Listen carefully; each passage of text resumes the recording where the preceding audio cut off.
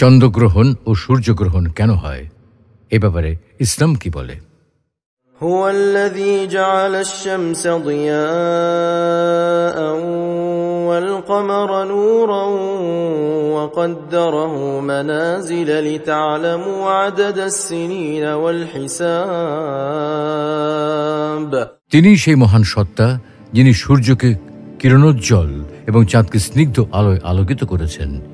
এদের কক্ষপথ নির্ধারণ করেছেন যেন তোমরা বছরের সংখ্যা এবং হিসাব জানতে পারো। আসসালামু আলাইকুম ওয়া রাহমাতুল্লাহ। প্রিয় দর্শক, পত্রপত্রিকা বা সোশ্যাল মিডিয়ার কারণেই ইতিমধ্যে আমরা অনেকেই জেনে গেছি এক বিরল সূর্যগ্রহণের সাক্ষী হতে যাচ্ছে বিশ্ববাসী। এ উপলক্ষে আমরা ইসলাম অ্যান্ড লাইফের সম্মানিত দর্শকদের জন্য তৈরি করেছি আমাদের এক্সক্লুসিভ আয়োজন চন্দ্রগ্রহণ ও সূর্যগ্রহণ কেন হয়, কিভাবে হয়, কি কারণে হয়। আল কোরআন, হাদিস শরীফ এবং বিজ্ঞানের আলোকে আমরা এ বিষয়ে বিস্তারিত আলোচনা করব ইনশাআল্লাহ। আজকের আয়োজনটি অত্যন্ত আকর্ষণীয় হতে চলেছে, তাই চন্দ্রগ্রহণ ও সূর্যগ্রহণ সম্পর্কে ভালোভাবে জানতে ভিডিওর শেষ পর্যন্ত আমাদের সাথেই থাকুন। বিভিন্ন পত্রিকায় খবর বেরিয়েছে দিনেই 4 মিনিটের জন্য নেমে আসবে রাতের অন্ধকার, অর্থাৎ 8 এপ্রিল 2024 সোমবার বিরল এক সূর্যগ্রহণ হতে যাচ্ছে। এই সময় সূর্যকে পুরোপুরি ঢেকে ফেলবে চাঁদ, ফলে দিন হবে রাতের মতো অন্ধকার। প্রায় 4.5 মিনিট এই অবস্থা বজায় থাকবে। পূর্ণগ্রাস গ্রহণ হওয়ার ফলে বেশ কিছুক্ষণ সূর্যের আলোকে সম্পূর্ণ ঢেকে রাখবে চাঁদ। ফলে যেসব স্থানে দিনের বেলাতে গ্রহণ শুরু হবে সেখানে অন্ধকার থাকবে বেশ কিছুক্ষণ।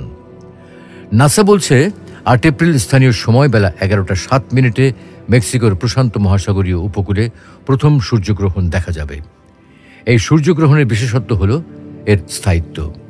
পূর্ণগ্রাস গ্রহণ হওয়ার ফলে বেশ কিছুক্ষণ সূর্যের আলোকে সম্পূর্ণ ঢেকে রাখবে চাঁদ। ফলে যেসব স্থানে দিনের বেলাতে গ্রহণ শুরু হবে সেখানে অন্ধকার থাকবে বেশ কিছুক্ষণ।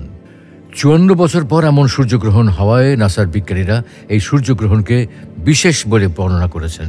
এর আগে 1970 সালে এমন সূর্যগ্রহণ হয়েছিল, আবার হতে পারে 2078 সালে। সূর্যগ্রহণটি যে অঞ্চলব্যাপী দৃশ্যমান থাকবে সেখানে প্রায় 4 কোটি মানুষের বাস, যারা এটি উপভোগ করতে পারবে। মহাবিশ্বের এই প্রাকৃতিক ঘটনায় চাঁদ যখন পৃথিবী ও সূর্যের মাঝে চলে আসবে সেই সময় চাঁদের গতিবেগ থাকবে ঘন্টায় 2400 কিলোমিটার। নাসা জানিয়েছে মহাজাগতিক এই দৃশ্য দেখা যাবে আমেরিকা, কানাডা ও মেক্সিকো, পশ্চিম Europe, Pacific, Atlantic, Arctic, Ireland এবং ইংল্যান্ডের উত্তর পশ্চিম অঞ্চলে। তবে বাংলাদেশ থেকে এই পূর্ণগ্রাস সূর্যগ্রহণ দেখা যাবে না, কারণ বাংলাদেশে তখন রাত থাকবে। চন্দ্রগ্রহণ ও সূর্যগ্রহণ কেন হয়? প্রিয় দর্শক, এতক্ষণ ধরে আমরা যা শুনেছি তা মূলত বিভিন্ন পত্রপত্রিকার সংবাদ, কিন্তু এতে ঠিক বোঝা যায় না চন্দ্রগ্রহণ ও সূর্যগ্রহণ কেন হয়। তো চলুন তাহলে এবারে চন্দ্রগ্রহণ ও সূর্যগ্রহণের কারণ সম্পর্কে জানা যাক। পৃথিবীর নিত্য সঙ্গী হলো চাঁদ এবং এটাই পৃথিবীর একমাত্র উপগ্রহ। চাঁদের নিজের কোনো আলো নেই, তাই পৃথিবীরও। চাঁদ এবং পৃথিবী উভয়ের আলো আসে সূর্য থেকে। পৃথিবী যখন সূর্য আর চাঁদের মাঝখানে থাকে তখন চাঁদের উপর পৃথিবীর ছায়া পড়ে, ফলে পুরোটা চাঁদ বা এর কিছু অংশ পৃথিবী থেকে আর দেখা যায় না। এটাই চন্দ্রগ্রহণ। আবার চাঁদ যখন পৃথিবীর চারিদিকে ঘুরতে ঘুরতে সূর্য আর পৃথিবীর মাঝখানে চলে আসে তখন সূর্যের আলো আর পৃথিবীতে এসে পৌঁছতে পারে না। এটাই সূর্যগ্রহণ। শুনে সহজ মনে হলেও বাস্তবে বিষয়টা তো সহজ নয়। একটা উদাহরণ দেওয়া যাক। ধরুন আজ পূর্ণিমা, এর মানে আজ সূর্য, পৃথিবী ও চাঁদ মোটামুটি একটি সরল রেখায় অবস্থান করছে, আর চাঁদের পুরো অংশটাই সূর্যের আলো প্রতিফলিত করছে পৃথিবীর বুকে। চাঁদ 27.5 দিনে অর্থাৎ 27.5 দিনে পৃথিবীকে একবার প্রদক্ষিণ করে। সেই হিসেবে 27.5 দিন পরে আরেকটি পূর্ণিমা হওয়ার কথা, কিন্তু সেটা হয় না। প্রশ্ন হলো কেন? কারণ এই সময় পৃথিবী তার কক্ষপথ ধরে এগিয়ে যায়, তাই সূর্য, পৃথিবী ও চাঁদকে একটি সরল রেখায় আনতে আমাদের অপেক্ষা করতে হয় পুরো 2 দিন। চাঁদ তার কক্ষপথে আরেকটু এগুতে আর পৃথিবীর পেছনে সূর্যের সঙ্গে একটি সরল রেখায় চলে আসতে আরও 2 দিন সময় লাগে, অর্থাৎ একটি পূর্ণ চন্দ্রমাস হতে সময় লাগে 29.5 দিন, অর্থাৎ 29.5 দিন। তাহলে বিষয়টা আসলে কি দাঁড়াচ্ছে? চাঁদ প্রতি 19.5 দিনে একবার সূর্য ও পৃথিবীর মাঝে চলে আসে, তার মানে প্রতি 29.5 দিনে সূর্য, পৃথিবী ও চাঁদ এক সরলরেখায় থাকলে তো চন্দ্রগ্রহণ হওয়ার কথা, তাই না? কিন্তু আমরা জানি বাস্তবে এমনটা হয় না। প্রশ্ন হলো কেন, কিংবা প্রতি 29.5 দিনে অমাবস্যার সময় কেন সূর্যগ্রহণ হয় না? চাঁদের ছায়া পৃথিবীর উপরেই বা পড়ে না কেন? রহস্যটা এখানেই। সূর্যকে পৃথিবীটা যে সমতলে প্রদক্ষিণ করে সেটাকে বাংলা বলে অয়নবৃত্ত। চাঁদ কিন্তু সেই একই সমতলে পৃথিবীকে প্রদক্ষিণ করে না। চাঁদের কক্ষপথ সূর্যের চারিদিকে পৃথিবীর অয়নবৃত্তের সঙ্গে 5 ডিগ্রি কোণ করে আছে। এই 5 ডিগ্রি পার্থক্যের জন্য চাঁদ সবসময় পৃথিবী ও সূর্যের সঙ্গে এক সরলরেখায় থাকে না। পৃথিবী থেকে দেখলে চাঁদ কখনো সূর্যের নিচে, আবার কখনো সূর্যের উপরে থাকে।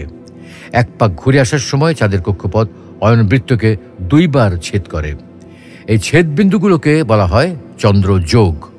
আর এই চন্দ্রযোগের সময় সূর্য, পৃথিবী ও চাঁদ চলে আসে এক সরল রেখায়। শুধু এই সময় হতে পারে গ্রহণ, অর্থাৎ এই ঘটনা বা মহাকর্ষীয় রেখায় আসার ঘটনা ঘটে বছরে 2 বারের মতো। সূর্যের ব্যাস চাঁদের ব্যাসের চেয়ে প্রায় 400 গুণ বড়। আবার পৃথিবী থেকে সূর্যের দূরত্ব পৃথিবী থেকে চাঁদের দূরত্বের প্রায় 400 গুণ। তাই আমাদের চোখে চাঁদ আর সূর্যের আকার একই মনে হয়। চাঁদের কক্ষপথ বৃত্তাকার নয়, উপবৃত্তাকার। এই কক্ষপথে চাঁদ যখন পৃথিবীর সবচেয়ে কাছে থাকে তাকে বলা হয় পেরিজি বা অনুভু, আর যখন সবচেয়ে দূরে থাকে তাকে বলা হয় এপোজি বা অপভু। এই দূরত্বের বেশ কমের জন্যেই আমরা কখনো চাঁদকে বড় দেখি, আবার কখনো ছোট দেখি।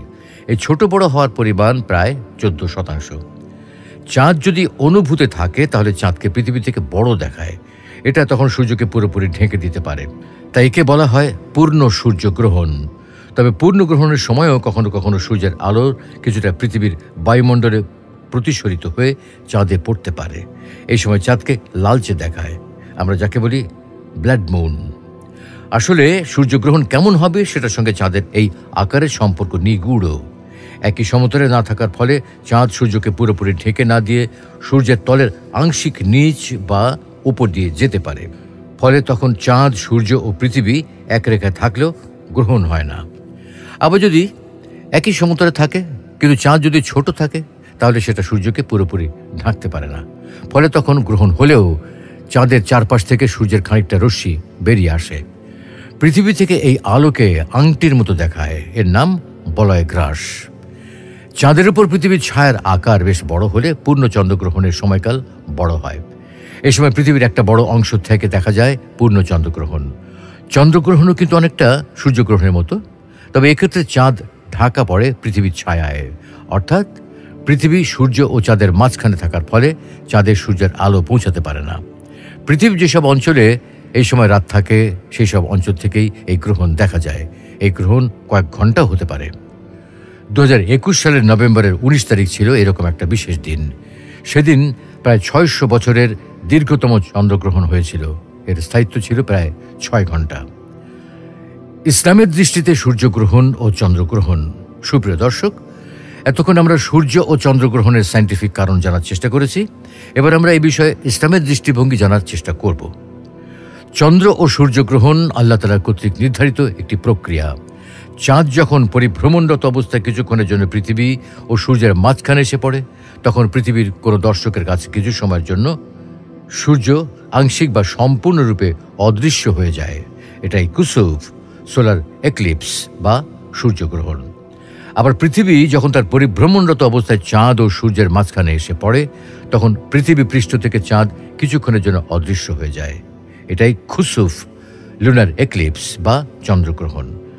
পবিত্র কুরআনুল কারিমে চাঁদ ও সূর্য সম্পর্কে ইরশাদ হয়েছে, هو الذي جعل الشمس ضياء والقمر نورا وقدره منازل لتعلموا عدد السنين والحساب। তিনি সেই মহান সত্তা যিনি সূর্যকে কিরণোজ্জ্বল এবং চাঁদকে স্নিগ্ধ আলোয় আলোকিত করেছেন। এদের কক্ষপথ নির্ধারণ করেছেন যেন তোমরা বছরের সংখ্যা এবং হিসাব জানতে পারো। চাঁদের ব্যাপারে বিজ্ঞান বলে চাঁদের নিজস্ব কোনো আলো নেই, বরং সূর্যের প্রতিফলিত আলোই চাঁদের আলো। বিষয়টিকে পবিত্র কোরআন আরও স্পষ্ট করে বলছে, وجعل القمر فيهن نورا وجعل الشمس سراجا আল্লাহ চাঁদকে স্থাপন করেছেন আলো রূপে আর সূর্যকে স্থাপন করেছেন প্রজ্বলিত প্রদীপ রূপে। সূর্য ও চন্দ্র প্রতিনিয়ত মহান আল্লাহ তাআলার অস্তিত্বের জানান দেয়। চাঁদের আলোর উৎস হল সূর্য, এটির সঙ্গে পৃথিবী ও জীবজগতের সম্পর্ক সুনিবিড়। সূর্যের তাপে মহান আল্লাহ তাআলা পৃথিবীর সবকিছু সতেজ সজীব রেখেছেন। উদ্ভিদ এই সূর্যালোক থেকে খাদ্য গ্রহণ করে। পৃথিবীতে সূর্যের তাপ ও আলো না এলে প্রাণীকুলের জীবন বিপন্ন হয়ে পড়বে। সমগ্র পৃথিবী পরিণত হবে বিশাল একখণ্ড বরফে। অন্যদিকে সূর্য যদি তার ভেতরকার সব তাপ পৃথিবীতে ছেড়ে দিত, তাহলেও পৃথিবী জ্বলে পুড়ে ভস্ম হয়ে যেত। জাহিলি যুগে মানুষের ধারণা ছিল কোনো মহাপুরুষের জন্ম, মৃত্যু বা দুর্যোগ, দুর্ভিক্ষ প্রভৃতির বার্তা দিতে সূর্যগ্রহণ বা চন্দ্রগ্রহণ হয়। মুগিরা ইবনু শুবা রহমতুল্লাহ আলাইহি বলেন, রাসূল সাল্লাল্লাহু আলাইহি ওয়াসাল্লামের পুত্র ইব্রাহিমের মৃত্যুর দিনটিতেই সূর্যগ্রহণ হয়। তখন আমরা সবাই বলাবলি করছিলাম, নবী পুত্রের মৃত্যুর কারণেই এমনটা ঘটেছে। আমাদের কথাবার্তা শুনে রাসূল সাল্লাল্লাহু আলাইহি ওয়াসাল্লাম বললেন, সূর্য ও চন্দ্র আল্লাহর অগণিত নিদর্শনগুলোর মধ্যে দুটি নিদর্শন মাত্র। কারো মৃত্যু বা জন্মের ফলে চন্দ্রগ্রহণ বা সূর্যগ্রহণ হয় না। ইসলাম সূর্যগ্রহণ সম্পর্কে জাহিলি যুগের ধারণাকে ভ্রান্ত ধারণা হিসাবে আখ্যায়িত করেছে। গ্রহণকে সূর্য ও চন্দ্রের উপর একটি বিশেষ ক্রান্তিকাল বা বিপদের সময় হিসেবে গণ্য করেছে। এ কারণে সূর্য বা চন্দ্র গ্রহণের সময় মুমিনদের অন্যান্য কাজকর্ম বন্ধ রাখতে নির্দেশ দেওয়া হয়েছে। বলা হয়েছে তারা যেন এই সময় আল্লাহর তসবিহ ও পবিত্রতা বর্ণনা করে, দোয়া, নামাজ ও আমলে ব্যস্ত থাকে। আবু বকর রাদিয়াল্লাহু তাআলা আনহু বর্ণনা করেন, আমরা রাসূল সাল্লাল্লাহু আলাইহি ওয়াসাল্লামের কাছে ছিলাম, এমন সময় সূর্যগ্রহণ শুরু হয়। রাসূল সাল্লাল্লাহু আলাইহি ওয়াসাল্লাম তখন উঠে দাঁড়ালেন এবং নিজের চাদর টানতে টানতে মসজিদে প্রবেশ করেন। আমরাও প্রবেশ করি। তিনি আমাদের নিয়ে সূর্য প্রকাশিত হওয়া পর্যন্ত 2 রাকাত নামাজ আদায় করেন। এরপর তিনি বলেন, কারো মৃত্যুর কারণে কখনো সূর্যগ্রহণ কিংবা চন্দ্রগ্রহণ হয় না। তোমরা যখন সূর্যগ্রহণ দেখবে তখন এই অবস্থা কেটে যাওয়া পর্যন্ত নামাজ আদায় করবে এবং দোয়া করতে থাকবে। অন্য এক হাদিসে আবু মাসউদ আল আনসারী রাদিয়াল্লাহু তাআলা আনহু থেকে বর্ণিত, রাসূলুল্লাহ সাল্লাল্লাহু আলাইহি ওয়াসাল্লাম বলেছেন, চন্দ্র ও সূর্য আল্লাহর দুটি নিদর্শন। এগুলো দ্বারা আল্লাহ তার বান্দাদের ভীতি প্রদর্শন করেন, আর এ দুটি কোনো মানুষের মৃত্যুর জন্য গ্রহণপ্রাপ্ত হয় না। অতএব তোমরা যখন এরূপ কিছু দেখতে পাও তখন তোমরা সালাত আদায় করো এবং দোয়া করতে থাকো, যে পর্যন্ত আল্লাহ তোমাদের এই অবস্থা দূর না করেন। সুপ্রিয় দর্শক, আমরা আলোচনা প্রায় শেষ পর্যায়ে চলে এসেছি। আসলে সূর্যগ্রহণ ও চন্দ্রগ্রহণকে ইসলামের দৃষ্টিতে এই দুটির উপর একটি ক্রান্তিকাল হিসেবে গণ্য করা হয়।